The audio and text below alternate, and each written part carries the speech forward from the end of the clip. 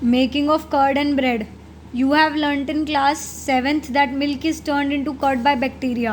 अभी बताया था रिसेंटली कि लैक्टोबैसिलस बैक्टीरिया होता है जो मिल्क को कन्वर्ट करता है कर्ड में.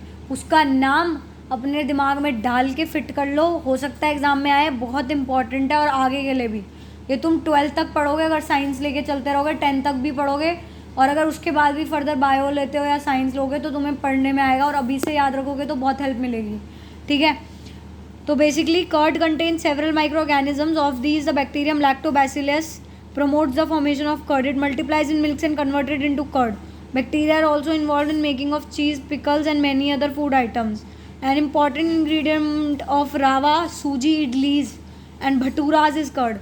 बेसिकली क्या है वही बता रहा है तुम्हें कि कर्ड में बहुत सारे माइक्रो ऑर्गेनिजम्स होते हैं जो बेनिफिशियल होते हैं, इंपॉर्टेंट माइक्रो ऑर्गेनिजम्स. इसलिए बोलते हैं दही खानी चाहिए, इम्यूनिटी के लिए अच्छी होती है, बॉडी के लिए अच्छी होती है.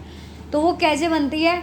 मिल्क में एक हमारे माइक्रो ऑर्गेनिज्म होता है लैक्टोबैसिलस, जो कर्ड में बहुत सारा होता है. क्या होता है कि वो बैक्टीरिया जो होता है वो तुम्हारे कर्ड को मल्टीप्लाई होता रहता है. जैसे जैसे वो मल्टीप्लाई होता है वो दूध को दही में चेंज करता रहता है. और ठीक है, ये जो होता है ना तुम्हारा बैक्टीरिया इन्वॉल्व होता है चीज़ बनाने में भी, पिकल बनाने में भी, अचार वगैरह में भी यूज़ होता है तुम्हारा.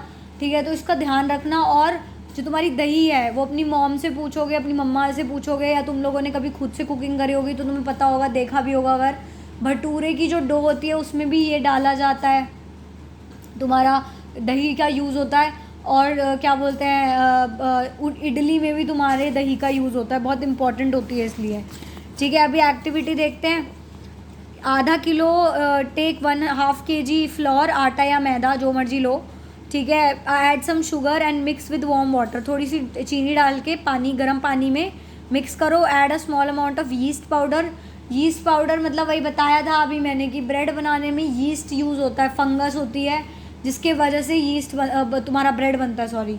ठीक है, तो वो यीस्ट पाउडर डालोगे. And knead to make a soft dough. उसके बाद उसको गूंथो. आटा गूंथना बोलते हैं ना, जिससे आटा गूंदा हुआ आटा जिसे बनता है उसे गूंथ के रख दो आटे को, डो बन जाती है उसे. ठीक है, अब डो को रख दिया जाता है थोड़ी देर के लिए अलग से हटा के. स्पेशली जो भटूरे वगैरह बनते हैं जिनसे, उनको रखा जाता है, उनको बहुत अच्छे से कुछ टाइम के लिए रखा जाता है.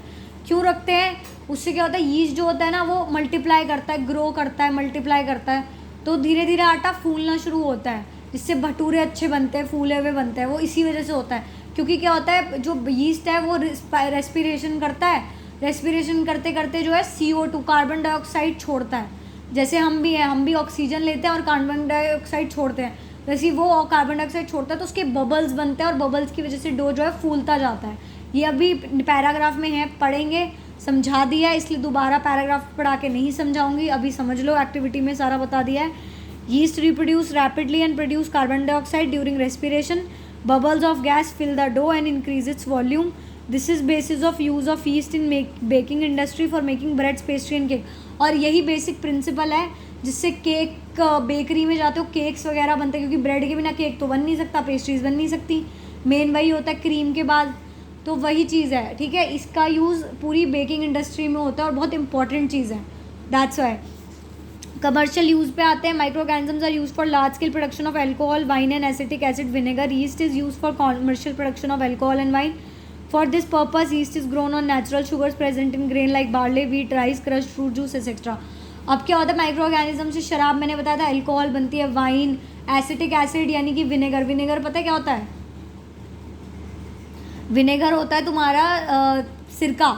सिरका जो तुम खाते हो, और कहते हैं ना सिरका कभी भी ख़राब नहीं होता, ऐसी शराब कभी ख़राब नहीं होती, जितनी पुरानी होती है उतना वो होता है. तो क्यों होता है? क्योंकि माइक्रो ऑर्गेनिजम्स होते हैं, माइक्रो ऑर्गेनिजम्स बढ़ते रहते हैं तो उतना ज़्यादा अच्छा होता है वो उस चीज़ के लिए. इसलिए ये चीज़ हमारे लिए बहुत ज़रूरी है. और कमर्शियल उसने इसलिए बोला है क्योंकि ये चीज़, कमर्शियल का मतलब जानते हो, वो चीज़ बेची जाती है तो पैसा आता है. उस चीज़ का बेसिक मतलब है कि कमर्शियल यूज़ होना, किसी चीज़ को बेच के हम पैसे कमा रहे हैं वहाँ से. और ये जो होता है ना, नेचुरली भी फ्रूट जूसेस वगैरह सड़ाए जाते हैं तब बनता है. अब तुम्हारा चावल हो गया, गेहूँ हो गया, मकई हो गई, ये ग्रेप जैसे ग्रेप हो गया, ये अंगूर, फ्रूट्स, ये सब के जूसेस में उनको सड़ा के बनता है, उनकी शुगर ब्रेक डाउन होती है. कैसे अभी देखते हैं. ठीक है, ये देखो एक बार. Take a 500 ml beaker filled up to 1/4 with water. 500 ml का बीकर लो, उसे 1/4 1/4 भर दो, उसमें 3-4 चम्मच शुगर डालो, half spoon of east powder sugar डालो, और उसको क्या बोलते हैं, keep it covered in warm place for 4-5 hours. फिर उसको स्मेल करोगे ना, बड़ी सड़ी हुई सी, बड़ी बहुत पंजेंट जिसे बोलते हैं ना, बड़ी तीखी स्मेल आएगी, ठीक है। This is the smell of alcohol as sugar has been converted into alcohol by yeast. ये अल्कोहल की स्मेल होगी क्योंकि जो शुगर है वो उसको यीस्ट ने कन्वर्ट कर दिया है अल्कोहल में। तो the process of conversion of sugar into alcohol is known as fermentation. जो हम अल्कोहल को जो कन्वर्जन हो रहा है ना यहाँ पे शुगर्स का अल्कोहल में, उसको फर्मेंटेशन बोलते हैं। प्रोसेस का नाम बहुत इंपॉर्टेंट है, प्रोसेस की डेफिनेशन बहुत इंपॉर्टेंट है, बहुत ज़्यादा इंपॉर्टेंट है, याद रखना इस चीज़ को। लुइस पास्चर ने सबसे पहले डिस्कवर किया था फर्मेंटेशन 1857 में। मेडिसिनल यूज़ पे आओगे तो बहुत सारे जो तुम्हारे ये माइक्रो ऑर्गेनिजम्स हैं वो टैबलेट्स और कैप्सूल्स बनाने में यूज़ होते हैं। क्या होता है, एंटीबायोटिक्स बोलते हैं, एंटीबायोटिक दे दो, बीमारी है तो एंटीबायोटिक दे दो, बैक्टीरियल कोई डिसीज़ है तो एंटीबायोटिक्स ली जाती हैं, कैप्सूल्स लिए जाते हैं, सिरप्स लिए जाते हैं, तो वो सब एंटीबायोटिक्स होते हैं और उनमें माइक्रो ऑर्गेनिजम्स होते हैं बहुत सारे। कुछ बेसिक मेडिसिन के एग्जांपल देख लो तुम, स्ट्रेप्टोमाइसिन, टेट्रासाइक्लिन, इराइथ्रोमाइसिन, ये सब दिया हुआ है, ठीक है। और ये क्या करते हैं, ये ग्रोथ जो है ना माइक्रो ऑर्गेनिजम्स की रोकते हैं, बॉडी में जाके उन पे अटैक करते हैं, उनकी ग्रोथ रोकते हैं, उनका मल्टीप्लिकेशन रोकते हैं। This is how it works. अभी पढ़ेंगे पैराग्राफ में तो समझ आएगा। फ्लेमिंग ने इसकी जो थी डिस्कवरी की थी सबसे पहले एंटीबायोटिक की, ठीक है, पेनिसिलिन नाम के। तो ये चीज़ याद रखना, इंजेक्शंस के थ्रू भी दिए जाते हैं ये तुम्हारे antibiotics, commonly known as antibiotics. ये अभी चलो इसे पढ़ते हैं। Whenever you fall ill and the doctor give you some antibiotic tablet, capsules or injections such as penicillin, the source of the medicine is microorganisms. The medicines kill or stop the growth of disease causing microorganisms such as medicines are called antibiotics. These days the number of antibiotics being produced from bacteria, fungi, streptomycin, tetracycline, erythromycin are some of the antibiotics which are made from fungi and bacteria. ये बता रहा है जो मैंने तुम्हें explain किया कि जब तुम बीमार होते हो तो डॉक्टर के पास जाते हो, वो एंटीबायोटिक्स देता है, वो सब तुम्हारे माइक्रो ऑर्गेनिज्म से बने हुए होते हैं, बैक्टीरिया, फंजाई, ठीक है। और जो है ये जो है तुम्हारे these antibiotics are manufactured by growing specific micro organisms and are use to cure a variety of diseases. ये जो है कैसे बनते हैं, ग्रोथ कराई जाती है माइक्रो ऑर्गेनिजम्स की, उन्हें उगाया जाता है, ग्रो कराया जाता है, और उसके बाद ये जो होते हैं ना तुम्हारे specific micro organism specific diseases को मारने में हेल्प करते हैं। तो अलग अलग टैबलेट्स, कैप्सूल्स बनाई जाती हैं, ठीक है। Antibiotics are even mixed with feed of livestock and poultry to check microbial infection and animals. They are also use to control many plant diseases. अच्छा सुनो, लाइव स्टॉक क्या होता है, लाइव स्टॉक होते हैं जैसे कैटल्स, गाय, भैंसे, बकरियाँ, ये सब पालना, जानवरों को एक साथ रखना, उसको बोलते हैं लाइव स्टॉक। और पोल्ट्री होती है जो चिकन वगैरह होते हैं, बर्ड्स, डक्स, टर्कीज, चिकन, इन सबको एक जगह पालना, तो उस सबको बोलते हैं पोल्ट्री। अब इनके खाने वाने में भी एंटीबायोटिक्स मिला दिया जाता है टाइम टू टाइम, ताकि अगर उनके बॉडी में कोई इंटरनल इन्फेक्शन है या कोई बीमारी हो रही है, क्योंकि जानवर बेचारे हमारी तरह तो बोल नहीं सकते कि मुझे डॉक्टर के पास ले जाओ, तो टाइम टू टाइम उनके साथ उन्हें एंटीबायोटिक्स देते रहते हैं ताकि उनको कोई बीमारी हो तो वो अपने आप ख़त्म हो जाए, उनका इम्यून सिस्टम जो है स्ट्रॉन्ग होता जाए, ठीक है। अभी ये एक बार पढ़ लो। It is important to remember that antibiotics should be taken only on the advice of qualified doctor.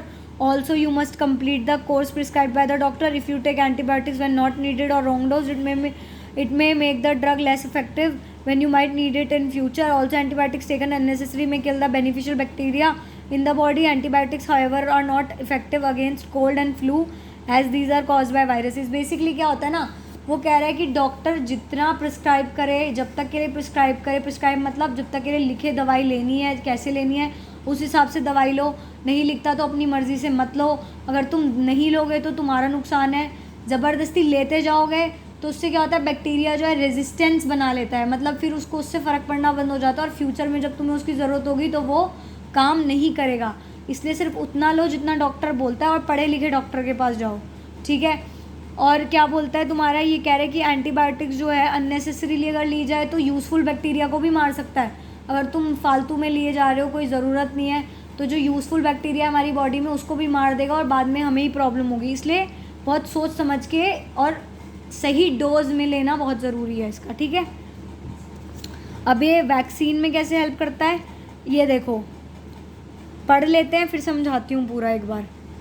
When a disease carrying microbe enters our body, the body produces antibodies to fight the invader. The body also remembers how to fight the microbes if it enters again. So if dead or weak and microbes are introduced in healthy body, the body fights and kills them by producing suitable antibodies, and these antibodies remain in the body and we are protected from the disease causing microbes. This is how a vaccine works. Several diseases including cholera, tuberculosis, smallpox and hepatitis can be prevented by vaccination. Edward Jenner ने बताई, सबसे पहले vaccine discover की थी 1798 में, Edward Jenner. In your childhood you must have been given injection to protect yourself against several diseases. Can you prepare a list of these diseases? You may take help from your parents. It is essential to protect all children against these diseases. Necessary vaccines are available in the nearby hospitals. You might have seen the advertisement on TV and newspaper regarding protection of children against polio under the Pulse Polio program. Polio drops given to children are actually a vaccine. A worldwide campaign against smallpox has finally led to eradication from the most parts of the world. These days, vaccines are made on the large scale from microorganisms to protect humans and other animals from several diseases.